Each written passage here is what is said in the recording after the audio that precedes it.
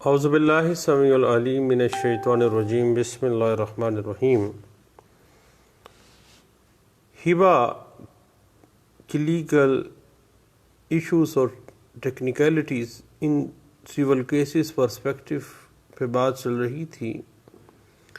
بنیادی طور پر کسی شخص کا کسی دوسرے شخص کو اپنی جائیداد فوراً اور بلا کسی معاوضے کے منتقل کر دینا اور اس کا یا اس کے کسی نامزد کردہ شخص کا قبول کرتے ہوئے ہبے کو اس ہبہ کی ہوئی پراپرٹی کا قبضہ حاصل کر لینا کا ہبہ ہے یا گفٹ ہے۔ اگر خونی رشتے میں ہے، خاندان میں ہے تو تملیک ہے۔ یاد رکھیے گا کہ ہبہ ہمیشہ آفر سے شروع ہوتا ہے، اس کے بعد ایکسیپٹنس ہوتی ہے اور اس کے بعد ڈیلیوری آف پوزیشن کے ساتھ ہی اس کی تکمیل ہو جاتی ہے۔ اس حوالے سے 2013 MLD پیج 913 اور PLD 2013 Lahore high court page 498، 2015 YLR page 1905 جو ہے وہ اس بات کو انٹرپریٹ کر دیتی ہے۔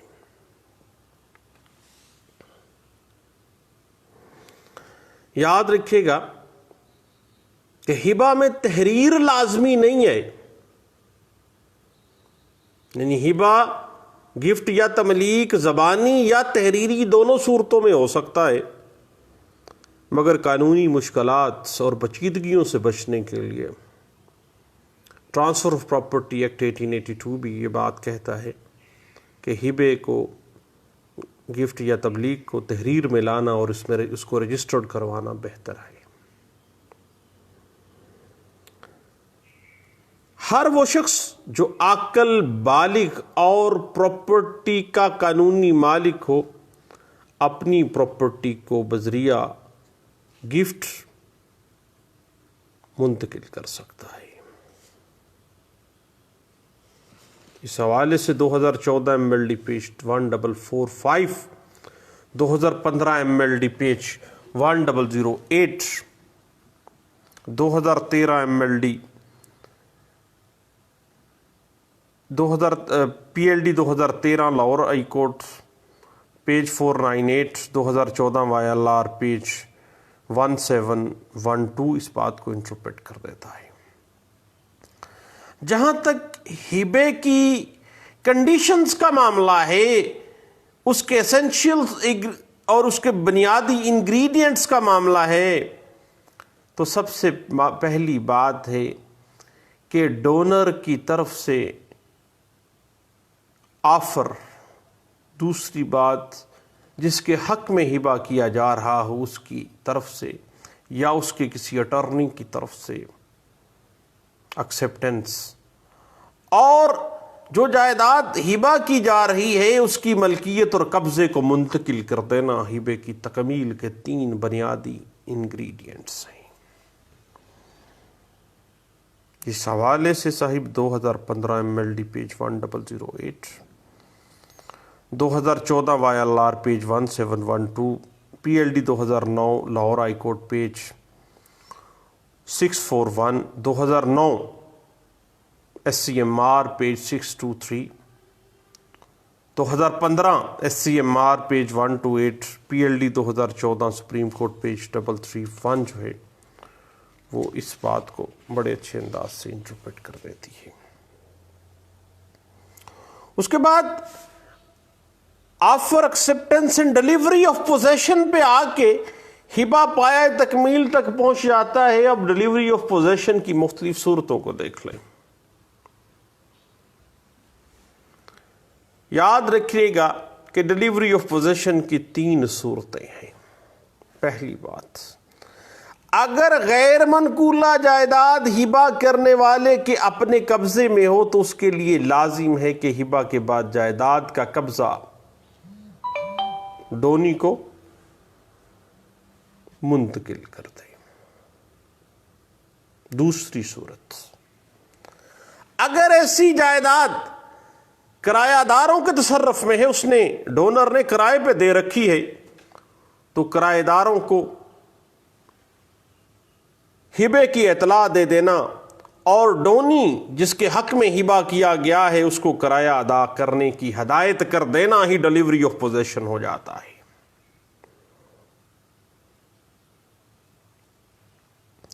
اس کے بعد اگر ہبہ کرنے والا اور جس کے حق میں ہبہ کیا گیا ہو دونوں ایسی جائیداد کے اندر مشترکہ طور پر رہائش پذیر ہیں،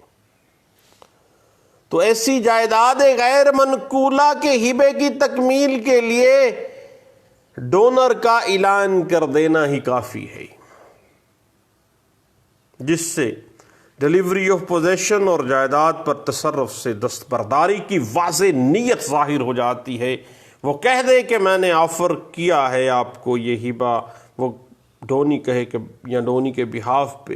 اس کا اٹرنی کہے کہ ہم نے اس کو قبول کیا، اور ڈونر کی طرف سے ڈیلیوری آف پوزیشن کا اعلان کر دینا، خواہ یہ اس پراپرٹی میں ڈونر اور ڈونی دونوں اکٹھے تو رہ رہے ہیں، لیکن ڈیلیوری آف پوزیشن کے حوالے سے ڈونر کی دستبرداری اس پوزیشن سے کر لینے کا اعلان، اس کی واضح نیت ڈیلیوری آف پوزیشن ہو گئی ہے۔ اس حوالے سے صاحب میں ریفر کروں گا P L D 2011 Peshawar high court page 10، 2010 C L C page 1995، 2007 S C M R page 154 اور P L D 2007 Lahore high court page 467۔ اس کے بعد ایک لیگل ایشو آ جاتا ہے ہبہ میں کہ باپ یا دوسرے ولی کی طرف سے نابالغ کے نام اگر ہبہ کیا جاتا ہے، اب باپ کی طرف سے اپنی نابالغ اولاد یا کسی ولی کی طرف سے اپنے زیر تحویل نابالغ وارڈ کے حق میں ہبے کی صورت میں ڈیلیوری آف پوزیشن کی ضرورت نہیں ہے۔ آفر اور اس نابالغ کی طرف سے کسی کا بھی کوئی بھی نمائندہ ایکسیپٹنس، صرف نیک نیتی سے ہبے کا ارادہ اور اس کا اظہار ہی کافی ہے۔ ڈیلیوری آف پوزیشن نابالغ کے حق میں کیسے ہوگی؟ اس کے بعد ایک بات آ جاتی ہے کہ باپ یا ولی کے علاوہ کسی دیگر شخص کی طرف سے نابالغ کے نام ہبہ جو ہے، ایک اہم ٹیکنیکلٹی ہے۔ جو ہبہ نابالغ یا فاطر العقل شخص کے حق میں باپ یا ولی کے سوا کسی اور شخص نے کیا ہو، تو وہ اس کے باپ یا ولی کو جائیداد کا قبضہ دے کر اس ہبے کو مکمل کر سکتا ہے کہ میں اس پاگل شخص کو یہ ہبہ کر رہا ہوں، یا اس نابالغ شخص کو یہ ہبہ کر رہا ہوں۔ اگر والد ہے تو والد ایکسیپٹنس کر لے گا اور ڈیلیوری آف پوزیشن لے لے گا، اگر کوئی ولی ہے تو وہ ایکسیپٹنس کر کے ڈیلیوری آف پوزیشن لے لے گا۔ اس کے علاوہ ہبہ اس وقت بھی مکمل سمجھا جائے گا جب کوئی نابالغ بلوغت کو پہنچنے کے بعد خود قبضہ حاصل کر لیتا ہے۔ یعنی اگر وہ نابالغ ہے تو بھیا اس کے بہاف پہ اس کا والد یا اس کا ولی، اگر وہ خود بھی تھوڑے عرصے میں بالغ ہو جاتا ہے یا فاطر العقل شخص خود ٹھیک ہو جاتا ہے اور قبضہ لے لیتا ہے، تو بات چل نکلے گی۔ اس حوالے سے 2009 S C M R page 623، P L D 2008 supreme court page 73، P L D 2006 supreme court page 15، P L D 1994 supreme court 650، P L D 2006 supreme court 650، P L D 1994 supreme court 650 اور P L D 1994 supreme court 650 کے علاوہ یہ ایک بنیادی land mark judgment ہے. اس کے علاوہ آپ ضرور دیکھیے گا 2006 YLR پیج 1227 اور 2006 YLR پیج 1277 اس حوالے سے ہمیں گائیڈ لائنس دے دیتی ہے. اس کے بعد بات آ جاتی ہے پراپرٹی جو گفٹ تو کی جاتی ہے لیکن وہ ایک ایسا ٹیکنیکلٹی ارائز کر دیتی ہے جس کو مشاع کہا جاتا ہے. یعنی موویبل یا اموویبل پراپرٹی میں انڈیوائیڈڈ پارٹ کو مشاع کہا جاتا ہے. اب ایک شخص کی پراپرٹی انڈیوائیڈڈ ہے، وہ موویبل ہے یا اموویبل پراپرٹی ہے، وہ مشاع میں فال کر جائے گی. اور جو قابل تقسیم بھی ہو سکتی ہے، اور بعض صورتوں میں آپ کو پتہ ہے کہ جوائنٹ پراپرٹی ناقابل تقسیم بھی ہوتی ہے. اب یہاں پہ ایک لیگل ایشو بن جاتا ہے کہ مشاع کا ہبہ جب جائیداد ناقابل تقسیم ہو، ایسی غیر تقسیم شدہ جائیداد جو ناقابل تقسیم پراپرٹی ہے، مشاع کہلاتی ہے، اس کا ہبہ ناجائز ہے کیونکہ وہ ناقابل تقسیم ہے. البتہ اگر جائیداد آسانی سے تقسیم ہو سکے تو ایسا ہبہ جائز ہوگا، بشرطے کہ جس کے حق میں ہبہ کیا گیا ہو اس کو اس کا علیحدہ حصہ کر کے دے دیا جائے. اور اس کے بعد بات کھل جاتی ہے مشاع کا ہبہ جب جائیداد قابل تقسیم ہو. اب ایسی صورت میں تو جائز ہے، کیونکہ ایسی غیر تقسیم شدہ جائیداد کا ہبہ جو ڈیوائیڈیبل ہے لیکن تقسیم نہیں کیا گیا ہے، وہ فاسد تو ہو سکتا ہے، اسلامک پوائنٹ آف ویو سے باطل نہیں ہے، ناجائز نہیں ہے. لہٰذا اس کی تکمیل اور اصلاح بعد میں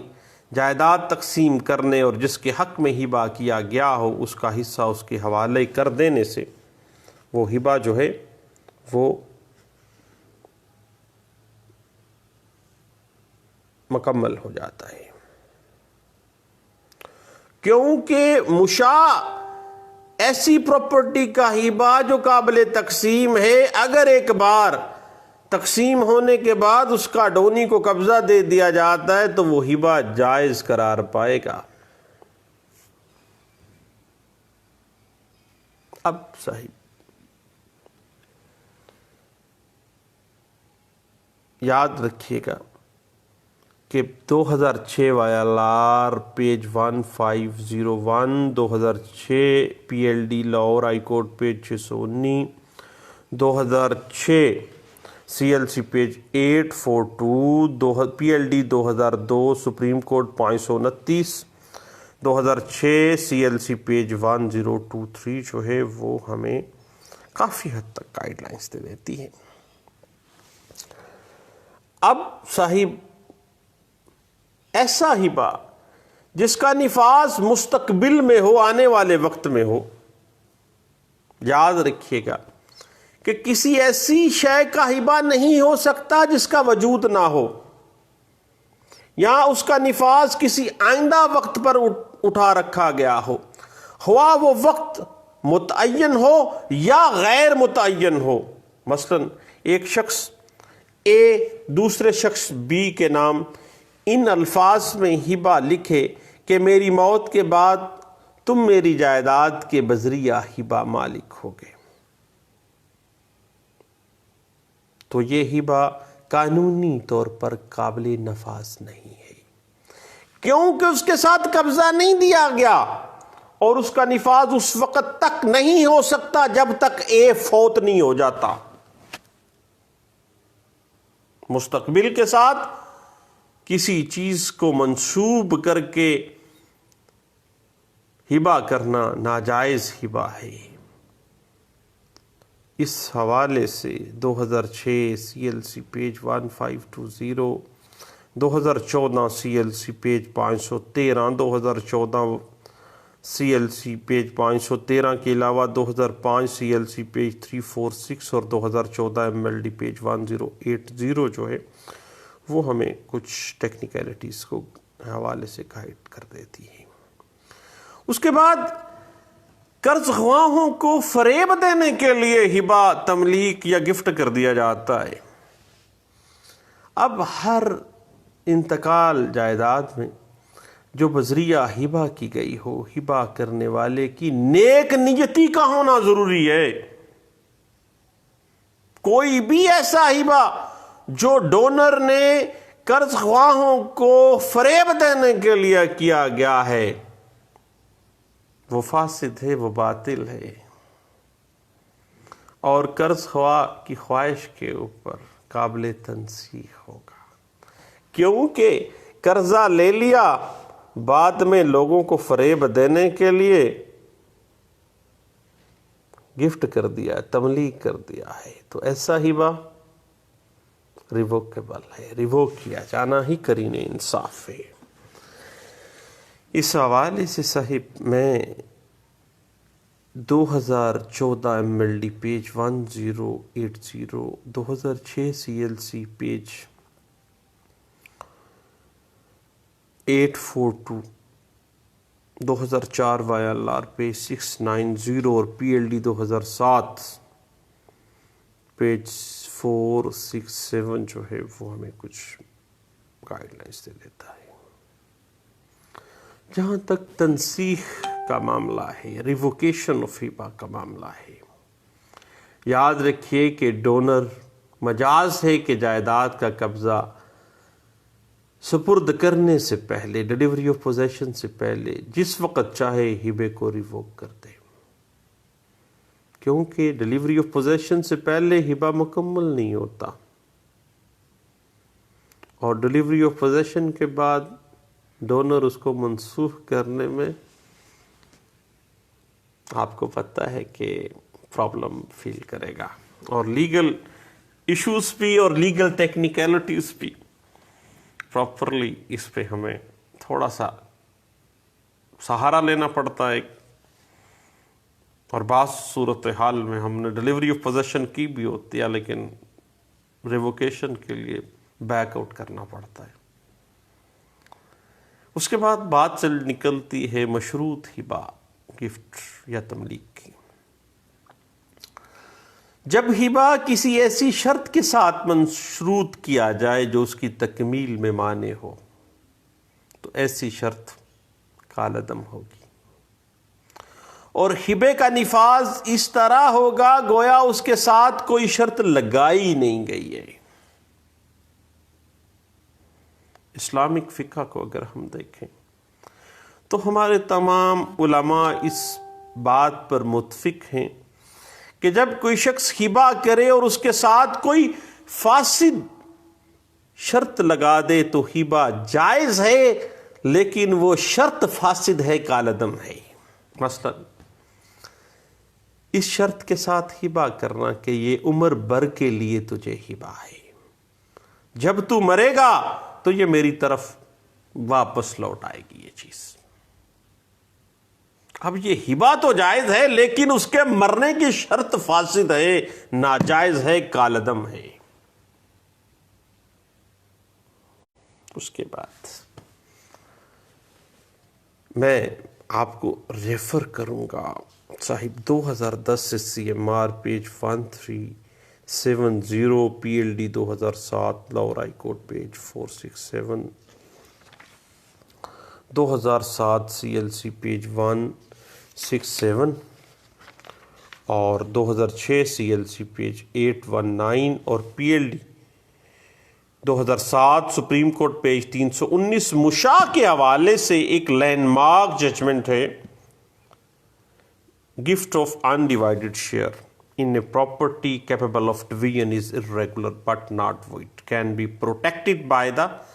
subsequent partition and delivery of possession.